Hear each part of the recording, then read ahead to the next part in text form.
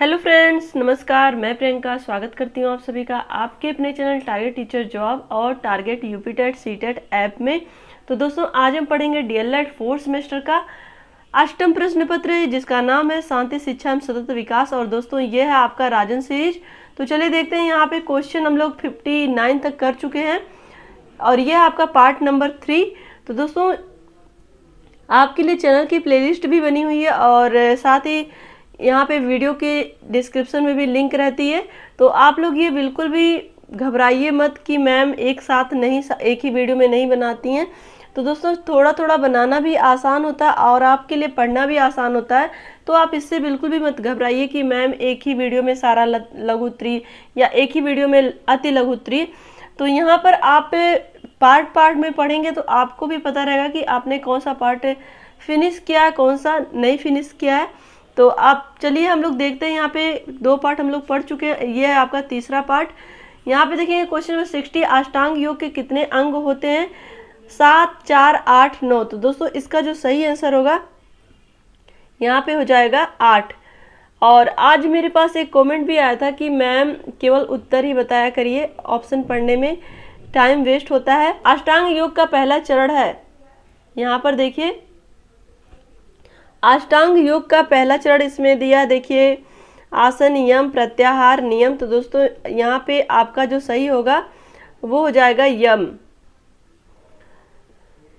यहाँ पे देखिए क्वेश्चन है, यम कितने प्रकार का होता है? 8, 5, 4, 6। तो दोस्तों, यहाँ पे आपका सही आंसर क्या होगा? 5 प्रकार का होता है यम। स्वभाव निर्धारण के कितने तत्व हैं? 5, 2, 7, 10। तो दोस्तों, यहाँ पे जो सही आंसर होगा वो हो जाएगा आपका 7। देखिए, बहुविकल्पीय क्वेश्चन है तो बिना ऑप्शन पढ़े आपको क्लियर करना आसान नहीं होता, इसलिए यहाँ पे देखिए ऑप्शन पढ़ना ही पड़ता है। यहाँ पे देखिए चरित्र आदतों का पुंज है, यह कथन है सैमुअल स्माइल का, डम्बिले का, कार्टर वी गुड का, एस मुनरो का। दोस्तों, ये सही आंसर आपका होगा डम्बिले। नेक्स्ट क्वेश्चन है, समस्त शिक्षा शांति के लिए ही है, यह परिभाषा किसने दी है? मारिया मांटेसरी, महात्मा गांधी, टैगोर, विवेकानंद। तो दोस्तों, यहाँ पे जो सही आंसर होगा ये आपका हो जाएगा महात्मा गांधी। क्वेश्चन नंबर 66 है, जीवन में शांति के उपाय हैं? उचित शिक्षा तंत्र, पाठ्य सहगामी क्रिया, उचित सामाजिकरण, उपर्युक्त सभी। तो दोस्तों, यहाँ पर देखिए जीवन में शांति के उपाय, उचित शिक्षा तंत्र भी है, पाठ्य सहगामी क्रियाएं भी है, उचित सामाजिकरण भी है। तो यहाँ पे आपका जो ऑप्शन होगा वो दा हो जाएगा। क्वेश्चन नंबर 67 तनाव के प्रकार है? जैविक तनाव, मनोवैज्ञानिक तनाव, सामाजिक तनाव और उपर्युक्त सभी। तो दोस्तों, तनाव के प्रकार हैं।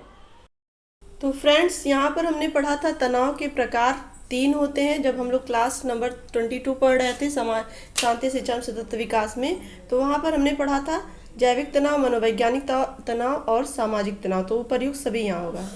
महिलाओं की स्थिति सुधारने के लिए महिला वर्ष है 1985, 1975, 1990, 1995।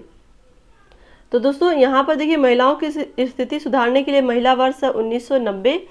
नेक्स्ट क्वेश्चन हम लोग देखेंगे, जो बीमारी दूर करने के योग्य है उसे दूर ना करना हिंसा है।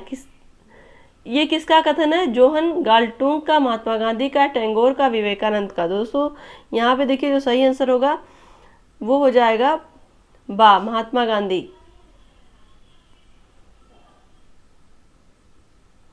क्वेश्चन नंबर 70, योग्यतम की उत्तर जीविका का सिद्धांत किसने दिया था? सैमुअल स्माइल ने, डम्बिले ने, डार्विन ने और एस मुनरो ने। तो दोस्तों, 70 का जो सही आंसर होगा वो हो जाएगा डम्बिले ने। क्वेश्चन नंबर 71 देखेंगे हम, लोक संचार माध्यम है कठपुतली का खेल, समाचार पत्र, पोस्टर, उपर्युक्त सभी। तो दोस्तों, यहाँ पे देखिए लोक संचार माध्यम यानी कि अपनी बातों को दूसरों तक पहुंचाने का जो माध्यम है वो पोस्टर भी है, समाचार पत्र भी है और कठपुतली का खेल भी है। कभी कभी देखिए कठपुतली के खेल के माध्यम से लोगों को किसी भी तरह का यहाँ पे मैसेज दिया जाता है, जैसे परिवार नियोजन हो गया या किसी बीमारी के बारे में। तो ये एक संचार माध्यम है। उपर्युक्त सभी यहाँ पे सही हो जाएगा। चलिए आगे देखते हैं। यहाँ पे क्वेश्चन नंबर 72 है, अहिंसा की विशेषता नहीं है? स्वीकारात्मक, भावात्मक, सचेतन दुख और क्रियात्मक। तो दोस्तों, यहाँ पर देखिए अहिंसा की विशेषता नहीं है इसमें पूछ रहा है, तो ये आपका हो जाएगा यहाँ पे भावात्मक। यहाँ पे अहिंसा पूछा, हिंसा नहीं पूछा, अहिंसा की विशेषता, तो ये भावात्मक। दोस्तों यहाँ पे चलिए देखते हैं अति लघुत्तरीय प्रश्न। दोस्तों यहाँ पे देखिए अति लघुत्तरीय प्रश्न है, मीडिया के अंतर्गत कौन कौन से संचार माध्यमों को सम्मिलित किया जाता है। दोस्तों यहाँ पे देखिए मीडिया से आशय संचार के ऐसे माध्यम से जिसके द्वारा समाचार, मनोरंजन, शिक्षा, विभिन्न आंकड़ों तथा विज्ञापनों का प्रसारण किया जाता है। इसके अंतर्गत समाचार पत्र, पत्रिकाएं, टेलीविजन, रेडियो, टेलीफोन, फैक्स एवं इंटरनेट आदि संचार माध्यमों को मुख्यतः सम्मिलित किया जाता है। तो दोस्तों यहाँ पर देखिए मीडिया की बात हो रही है, तो मीडिया के अंतर्गत उन सभी माध्यमों को सम्मिलित किया जाता है जो कहीं ना कहीं हमें टेक्नोलॉजी से जोड़ते हैं, जहाँ पर हम बहुत ही कम समय में दूर कितने भी विश्व के किसी भी न्यूज के विषय में, विश्व के किसी भी यहाँ पे हम कह सकते हैं किसी भी तरह की अपडेट हम पा सकते हैं। तो यहाँ पे मीडिया के अंतर्गत हर वो चीज़ें होंगी जहाँ पर हम खुद को अपडेट करें। क्लियर, चलिए आगे देखते हैं। यहाँ पे देखिए विद्यालय पाठ्यक्रम में शांति शिक्षा क्यों आवश्यक है। दोस्तों पाठ्यक्रम में शांति शिक्षा की आवश्यकता का कारण बालक में शांति से संबंधित अंतर्निहित गुणों एवं शक्तियों को उनके कार्य, व्यवहार अथवा आचरण में लाना है, जिससे वह दूसरों के साथ शांतिपूर्ण ढंग से रहने और शांति मूल्यों का पोषण करने में समर्थ होगा। तो दोस्तों यहाँ पर देखिए विद्यालयी पाठ्यक्रम में शांति शिक्षा क्यों आवश्यक है। तो दोस्तों विद्यालयी पाठ्यक्रम में शांति शिक्षा बालक में जो उसके अंदर गुण है उसको विकसित करता है, साथ ही साथ उसका जो कार्य है, उसका जो व्यवहार है, उसका जो आचरण है, उन सब में वो एक तरह से शांतिपूर्ण ढंग से, यहाँ पे हम कह सकते हैं कि उसके अंदर अच्छे गुणों का विकास होने के साथ साथ उसके अंदर धैर्य होगा, उसके अंदर सहनशीलता होगी, विनम्रता होगी। तो वो सारे गुण विकसित हो सकते हैं किसके माध्यम से, शांति शिक्षा के माध्यम से। और साथ ही साथ दोस्तों उसके अपने नैतिक मूल्य भी विकसित होंगे, जहाँ पर वो अच्छे बुरे की समझ के साथ साथ अच्छे गुणों का विकास भी उसके अंदर होगा। नेक्स्ट क्वेश्चन दोस्तों हम देखेंगे यहाँ पे, आपके मतानुसार शांति के प्रमुख घटक कौन कौन से हैं।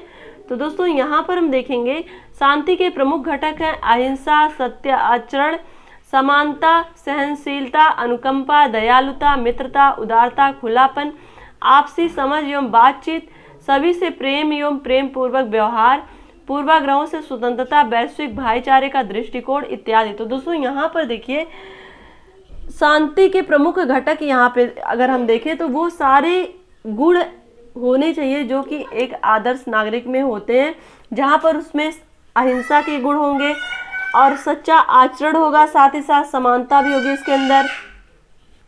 उसके अंदर सहनशीलता होगी, साथ ही दयालुता की बात, और अगर हम बात करें यहाँ पे मित्रता, उदारता, खुलापन, और साथ ही साथ दोस्तों बातचीत करने का ढंग यहाँ पे होगा, और साथ ही सभी से प्रेम पूर्वक व्यवहार किस तरह से किया जाए। और यहाँ पर हम बात करें वैश्विक भाईचारे का, मतलब कि किस तरह से जो वसुधैव कुटुंबकम की भावना है वो उसके अंदर विकसित होगी।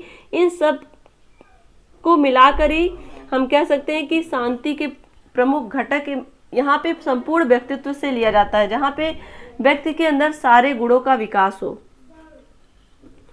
अब दोस्तों यहाँ पर हम देखेंगे क्वेश्चन नंबर 4 है, अहिंसा मूलक समाज की विशेषता लिखिए। दोस्तों अहिंसा मूलक समाज की विशेषता उसके सदस्यों के व्यक्तिगत तथा सामाजिक जीवन से प्रकट होती है।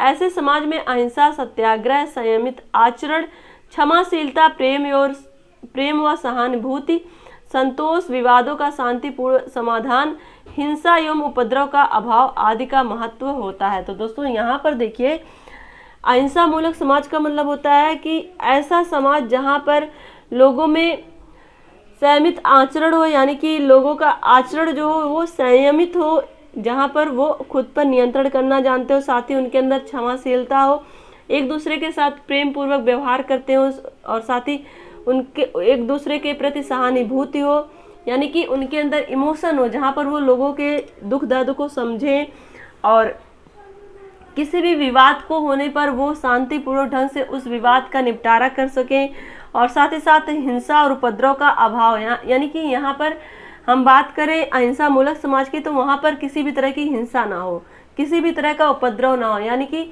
लोग शांतिपूर्वक जीवन व्यतीत करें। तो ऐसे अहिंसा मूलक समाज होना चाहिए, यहाँ पे ऐसा होना चाहिए अहिंसा मूलक समाज, ऐसी होनी चाहिए उसकी विशेषता। क्लियर। चलिए देखते हैं दोस्तों आगे है यहाँ पे क्वेश्चन नंबर 5, उन कारणों को बताइए जो किशोरावस्था में हिंसा के रूप में प्रकट होते हैं। तो यहाँ पर देखिए किशोरावस्था में शारीरिक, मानसिक, संवेगात्मक विकास अधिकतम रूप से होते हैं।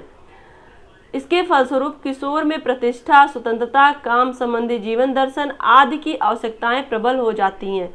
असंतोषजनक पारिवारिक संबंध, विद्यालय कार्यों में पिछड़ापन, साथी संबंधों का अनुचित होना, संचार माध्यमों का अनुचित प्रभाव आदि किशोरों की आवश्यकताओं को पूर्ण करने में बाधक होते हैं। तो इससे किशोरों में हिंसात्मक व्यवहार दिखाई देते हैं।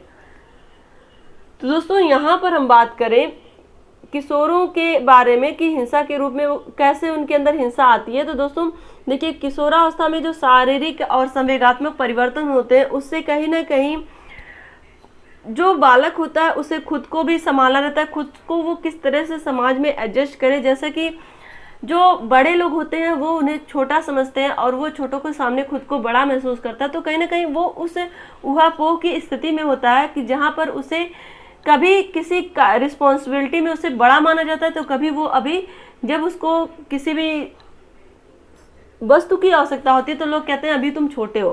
तो यहाँ पर वो इस स्थिति को मैनेज नहीं कर पाता है कि वो छोटा है या बड़ा है, तो कहीं ना कहीं उसके अंदर एक तरह से असमायोजन की स्थिति आ जाती है। और साथ ही साथ दोस्तों कभी कभी ऐसा था कि विद्यालयी कार्यों में वो पिछड़ जाता है या उसके अंदर पिछड़ापन आ जाता है, तो उसकी वजह से वो उसके अंदर एक तरह से यहाँ पे हम कह सकते हैं खुद को पिछड़ा जब वो महसूस करता है तो उसके अंदर चिड़चिड़ापन आ जाता है। साथ ही साथ वो लोगों से उसका जो संबंध होता है वो लोगों से अनुचित व्यवहार करने लगता है।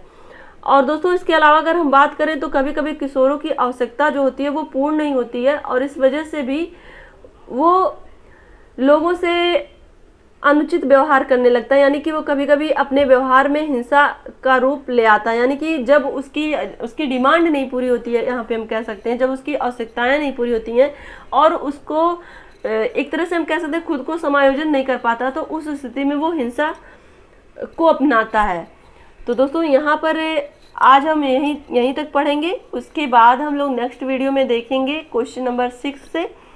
तो दोस्तों आज के लिए बस इतना ही। वीडियो को लाइक करिएगा, अपने दोस्तों के साथ शेयर करिएगा और अगर आप चैनल पे नए हैं तो प्लीज़ चैनल को सब्सक्राइब जरूर कर लीजिएगा। दोस्तों आपके लिए वीडियो बनाना इस गर्मी में बहुत ही मेहनत का काम होता है, तो अगर हम आपके लिए इतनी मेहनत करते हैं तो आप थोड़ी सी मेहनत हमारे लिए कर लीजिए कि आप चैनल को सब्सक्राइब और वीडियो को शेयर ज़रूर कर दिया करिए। तो मिलते हैं दोस्तों नेक्स्ट वीडियो में, अपना ध्यान रखिए और दोस्तों इसी तरह से आप अपनी मेहनत जारी रखिए क्योंकि अब आपका एग्ज़ाम बिल्कुल नज़दीक है। तो मिलते हैं नेक्स्ट वीडियो में। Take care, bye bye, love you all, जय हिंद।